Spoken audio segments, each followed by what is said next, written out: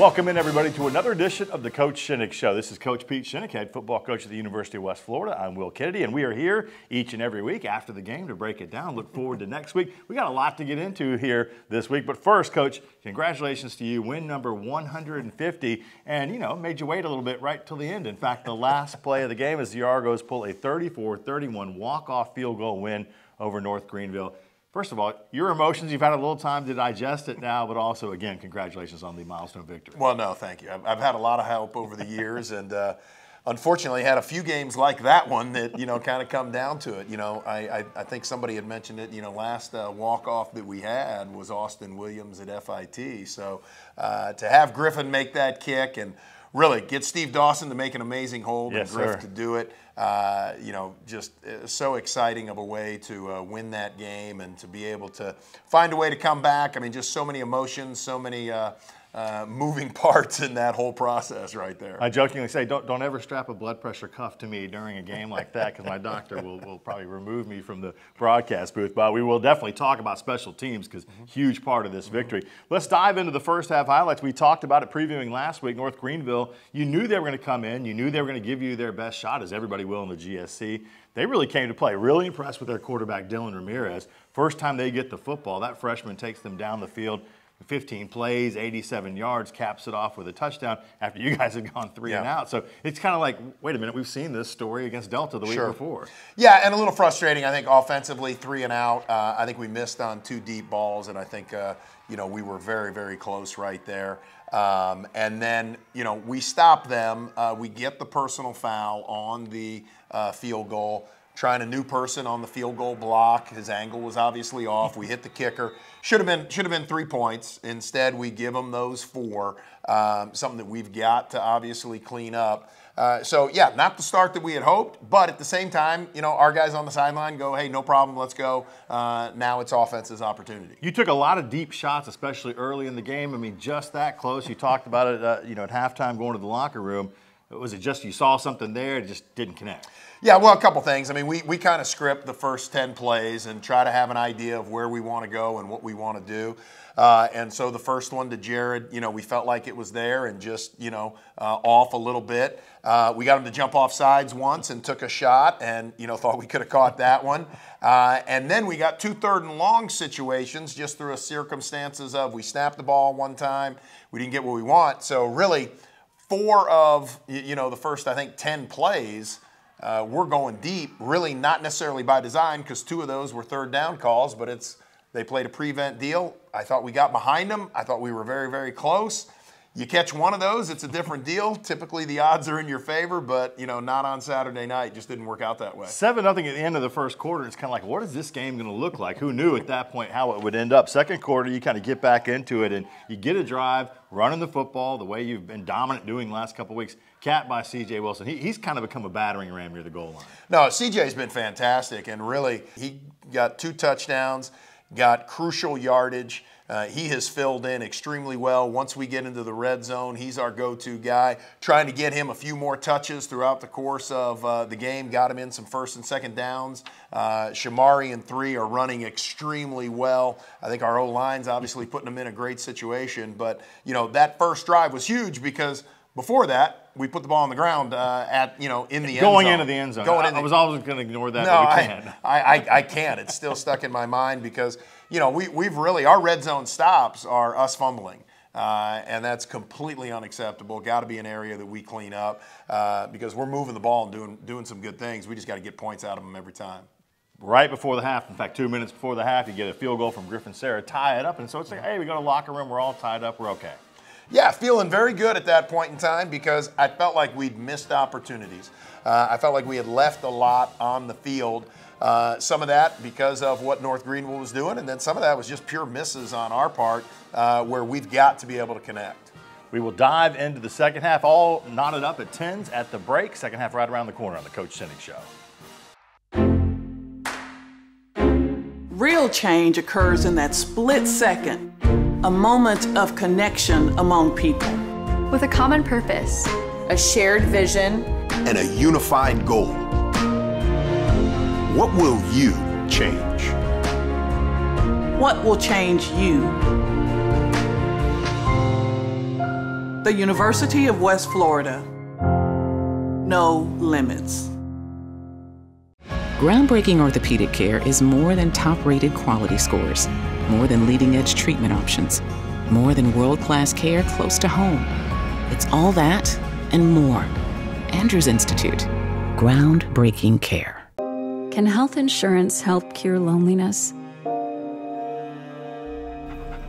Can it take care of your best friend too? Or hold your hand for 9 months? Can it be there for you at 3 a.m.? Or inspire you to go the extra mile? We think so, which is why every day we ask ourselves, what else can health insurance do?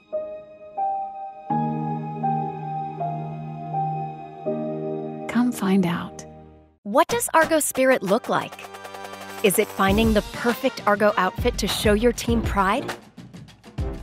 Is it giving back while getting your pre-game grub? Or is it connecting with your community in the perfect spot? At Penn Air Federal Credit Union, it's being a proud sponsor of UWF Education, the Alumni Association, athletics, Penn Air Field, and having a spirit of communerosity. Learn more at pennair.org/aboutus. Welcome back into the Coach Shinnick Show. As we mentioned, just tied up at 10 at the half. And Coach, normally you like to have the ball coming out of the locker room. They had won the coin toss. They had pulled a Pete Shinnick and come out of the locker room. So they get the football. And again, the offense cooks for them. I mean, Ramirez, we talked about the freshman quarterback. Big receivers, they use their personnel very well. Yeah, I thought they did a great job, really, and they really found ways to get the ball in their playmakers' hands. And I thought they called a really good combination, a run-pass mix, and some sprint out into the boundary, which a lot of people don't do, and then some different combinations, outside zone to the boundary, RPO to the field, vice versa. So I thought they mixed it up extremely well. Our defense needed to have great eyes, and on the plays that I think we gave up big plays, we didn't have great eyes, and that they took full advantage of that. They rolled the dice a little bit too, went with the double pass, had a receiver pass to a receiver. They get a touchdown and jump back into the lead in the second half there. Missed the extra point, which I still trying to figure out where that one went, but it was 16-10 there. Then they come back and hold you guys, get the football back. Is that where we had the interceptions back and forth? Is that so we go 3 and out. I mean, I thought, we talked about halftime, hey, what do you want to come out with? What do you want to do? I thought they did a great job of countering what we had success with. So we were going to, try to stick with what we had done. They switched it up a little bit, caught us, and now we get in the 3rd and 5. They blitzed. We missed a block, or I felt like Pee Wee would have probably ran for a first down on that third down. Then we get a turnover. Then we turn the ball back. I thought, pass that was in the hands, had an opportunity to catch it. It was humming. So when that happens, you sit there and you go, okay, something's got to break here. Something's got to give at some point in time. And give them credit. Again, they continue to find ways to move the ball. You're down 23-10. We go to the fourth quarter, and really, Pee Wee, Byron Jarrett hadn't had a great game, but he really stepped it up in the fourth quarter. When you need a guy to come through, he does, and he's more efficient, throws both of his touchdown passes. I think he's like 11-12 or somewhere in that neighborhood. So you guys come back down the field. It's another C.J. Wilson run, but a little bit different. It's not the 1 yarder. This is one where we talk about the offensive line. Fourth quarter, he just puts his head down, and it's a convoy, like the song, into the end zone from 18 yards out. Yeah, I mean, credit C.J. I mean, that might be one of the classic runs of the season so far. I mean, O-line opens up a huge hole, but at about the 10-yard line, he lowers his shoulder and runs through a guy. And then the rest of his O-linemen join in, and they literally shove him as he keeps his feet, for the next, 9-10 yards into the end zone. So huge run, huge momentum, shift for us. Now we got some life. Now we got some energy. Now we got to find a way to, finish this thing off. Oh, yeah, Shamari Mason had thrown in a 62-yarder, I think, in that drive not bad. as well. Yeah, not bad. He had a pretty decent night, 150. And if he wasn't tired, he might have had that run, but that's why CJ comes in and fixes that for us. Defense does the job, get the football back again. You go with a nice little play to Jacoby Quillen. Great block by David Durden on the outside, springs in for 18's the magic number. He's into the end zone. Yeah, great block by David. I think a lot of people might not have caught that, but I mean, his guy was screaming downhill. David perfectly executes it. We're in great shape. Jacoby runs down the sideline, scores.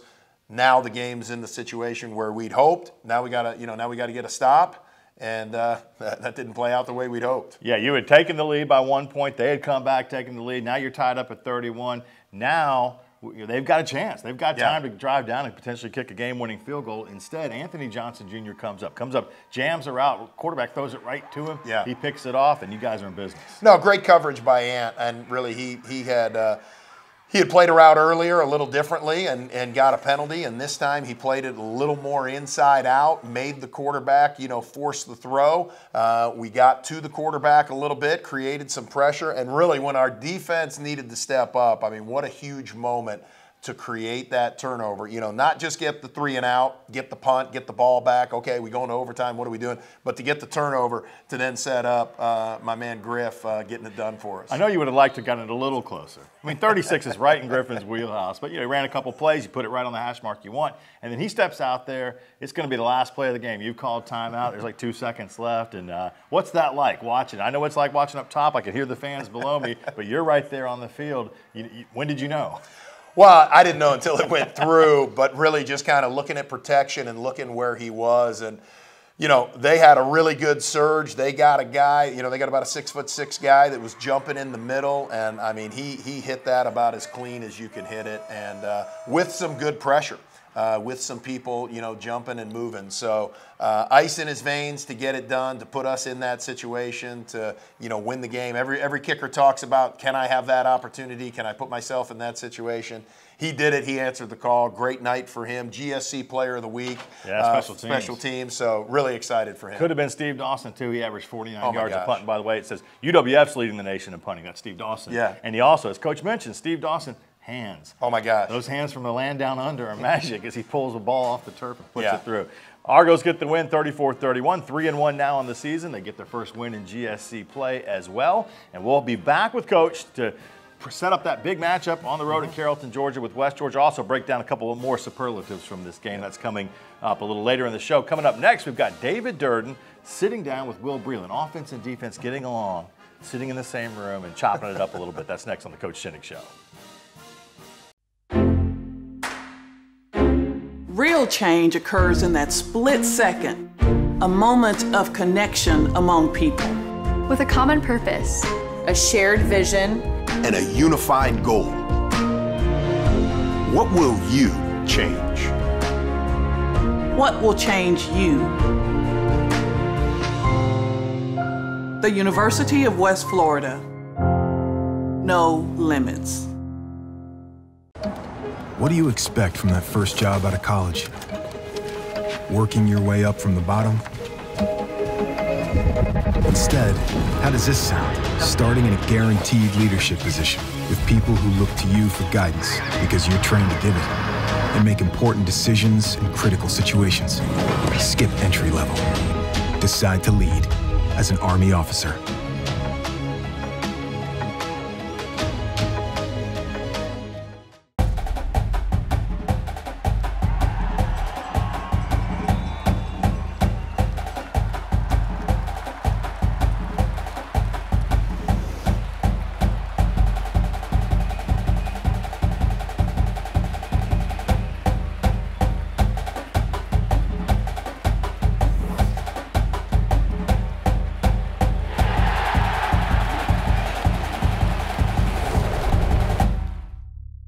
Welcome back into the Coach Shinnick Show. We're doing something a little different this year. You may have seen it in previous episodes. We're having one of our players, David Durden, sit down with a teammate or someone on the staff and get to know them a little bit better. Talk about life off the field, do some fun stuff. This week, David's sitting down with linebacker Will Breland. How's it going, everyone? I'm back this week with our first defensive player of the show, Will Alabama Slammer Breland. How's it going, Will? Going good, Dave. How about you, man? Man, I'm doing fine. So, first season, last year, came out with a lot of numbers. Got to play up under Shea a little bit, show you the ropes. And now you're basically leading the show. Tell me a little bit about, how that's been for you. It's been really good. Last year was kind of, I think, couldn't have worked out any better, having Shea, just a guy that's, really glued in as one with the defense, and he knew a lot about what was going on. And just getting to play next to him and, kind of just him showing me the ropes and of college football, helping me out. And he taught me a lot of stuff. So now just correlating that to this year, it's been a lot of fun just getting to use everything that I've learned thus far in college and just kind of putting it how I want it and, trying to run the show. you know, your first 2 games, great stats, making a lot of plays, a lot of tackles. But you also got a couple of other good guys in the room, you know what I'm saying? Tell me a little bit about, you know, who else is in there with you, making plays and everything. Yeah, you know, right beside me, got my man Willie Jordan. You know, he came in from the JUCO route. Great guy, great to have him by my side. You know, we've got a lot of guys this year on the defense that are just ready to fly around to the ball every single play. You know, you got Key Wetzel on the outside, Cleve Gilmore, Gail Laurent, just all guys that, you know, are coming back, guys that are getting older and wanting to finish things right. So, you know, Poodle on the D-line, B-Wade, Sweat, you know, and a bunch more guys I'm not even listing. But, you know, everybody's coming together. We're really learning how to put this thing together and make it as best as we can. So off the field, what else, you know, does Will Breland like to do? What is some of Will's hobbies? What does he enjoy? Well, for me, you know, hunting and fishing's always been my favorite thing. But since coming to Pensacola, David here's got me into the beach volleyball. So we like to run the beach volleyball courts in the summer. And, you know, just hanging out with the guys is mainly all I'm all about. Whatever we're doing, I'm probably going to have fun with. So just hanging out. So would you rather have a better day in the bass boat or in the deer stand? That's a real tough one, but I'd probably say the bass boat. I like deer hunting the most out of everything, but I mean, you can't beat a day catching a lot of bass. During fall camp, you know, I noticed you've kind of cleaned up a little bit. Tell me a little bit about what all that was about, you know, the little stash you had going on. Tell me about. I don't know. I might have to cut that tradition off because I just cannot get that mustache to look like anything. But yeah, it's been the past 2 years. I've tried to grow a little mustache for fall camp, and it, you know, I really keep it just because when I look in the mirror, it makes me laugh. So that's why I like it. Helps you get through those tough, long days. I'll look in the mirror at night and be like, man, it'll help me smile. Yeah. But yeah, hopefully one day I'll be able to grow it thicker. Yeah, I heard your mom was actually a really big fan of the stash. I heard she was begging you to keep it. But no, my mother every time is just like, please get that off of your face. Please get it off your face. My dad's the same way, so. So, you know, everyone pregame has their own little rituals they do. You know, what gets Will Breland into that mindset of going from Will to the Bama Slammer that he is? You know me, I'm pretty simple. I'm pretty superstitious, to say the least. So I'm always doing, you know, putting socks on and stuff like that. Same socks, same type of, you know, gear to wear in the game. I'm always. Are you a sock shoe or sock shoe kind of guy? Sock shoe. Okay, so you're not crazy. You're not crazy. You're not a psycho. But yeah, I'll just listen to a little bit of music, nothing crazy. I'm always just trying to go around, mess around with the guys, get everybody in a good mood, everybody's uplifted in good spirits. But trying to stay loose, yeah, not to think too much. I think some people just think a little too much for the games, and maybe that might throw them out of whack during the game. So I just kind of relax and, you know, just chill out. That's really what I do. Okay. Will Breland again. Will, the Instagram shout out. Give it to the people so they can give you a follow. Keep up with Will Breland. You can find me on Instagram at will.breland. And that's just simple name right there. Simple man. Simple man. That's how I like to keep it. Thank y'all for watching again. Tune in next week for another special guest. Always a good time there. I always learn a little something new about our players when Dave Durden sits down for one of his interviews. Coming up next on the program, we'll dive into the rest of the fall sports, get a quick recap of all the things going on here at the University of West Florida, right here on the Coach Shinnick Show.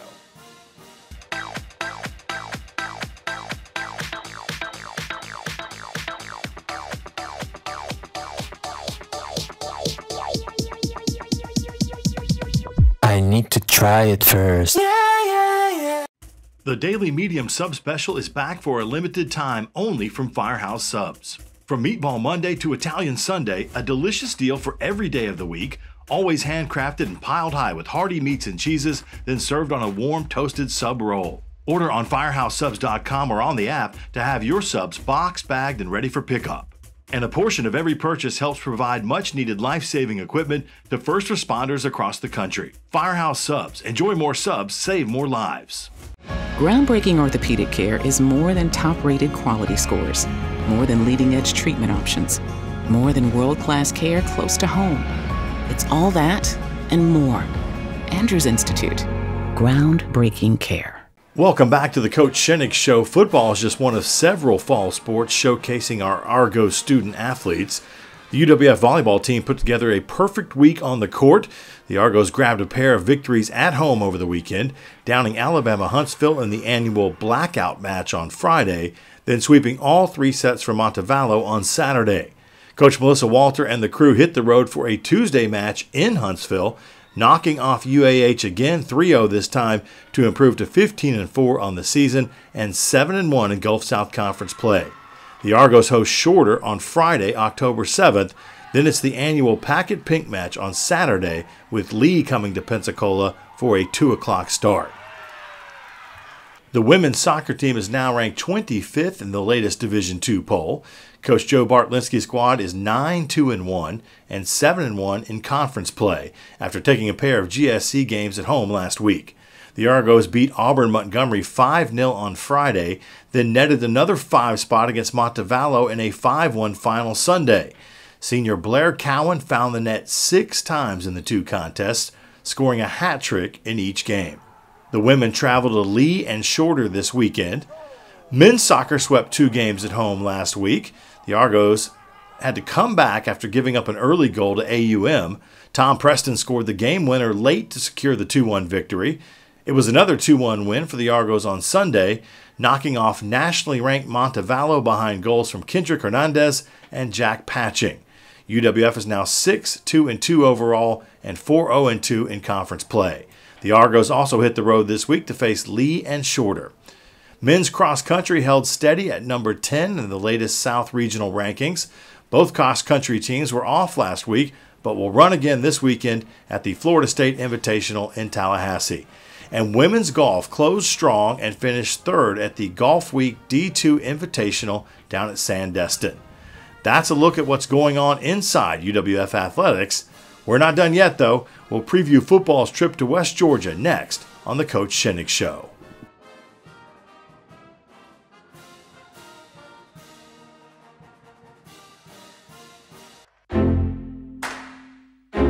Real change occurs in that split second, a moment of connection among people.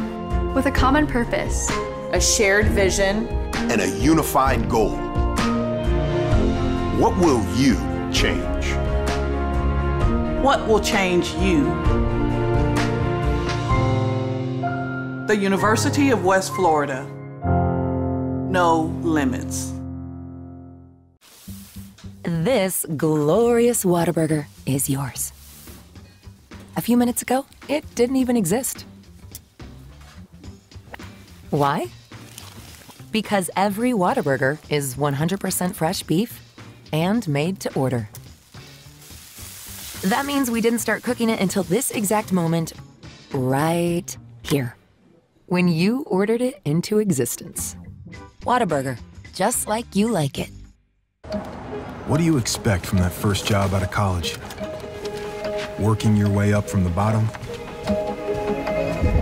Instead, how does this sound? Starting in a guaranteed leadership position with people who look to you for guidance because you're trained to give it and make important decisions in critical situations.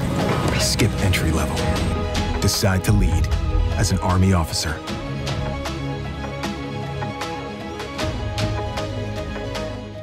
What does Argo spirit look like? Is it finding the perfect Argo outfit to show your team pride? Is it giving back while getting your pre-game grub? Or is it connecting with your community in the perfect spot? At Penn Air Federal Credit Union, it's being a proud sponsor of UWF Education, the Alumni Association, athletics, Penn Air Field, and having a spirit of communerosity. Learn more at pennair.org/aboutus. Welcome back into the Coach Shinnick Show. Coach back with us now. We'll talk about West Georgia in a second. I really do want to touch quickly. We try to not have those first 2 segments go for forever. We could talk about a game like that. Again, the 34-31 win. Shamari Mason, he didn't score a touchdown. He did have 153 yards on 11 carries. You guys were 1 yard away from 300 which would have been back-to-back weeks of Right. rushing for 300 yards. I was talking with your offensive line coach, Steve Saunier. He said, "Is that sack? The one sack we gave up cost him." Ravion Hargrove also. I mean, he went for it was easy math. 10 carries, 99 yards. I can do that. 9.9. I mean, Shamari's like almost 14 yards a carry. Yep. CJ was almost 10 yards a carry. Correct. Shamari is now, I think, 47 yards away from breaking Chris Schwartz's all-time record for the program, closing in on 2,000 career yards. 19 rushing touchdowns. He's one away from Anthony Johnson Jr. This kid is special. Well, he really is, and he's playing at an extremely high level, and, really proud of him because we gave him the ball a ton against Delta, and, I mean, that's a lot of wear and tear for him, but to come back and be as fresh as he was, really taking care of his body, doing what he needs to do, and to just be electric and dynamic.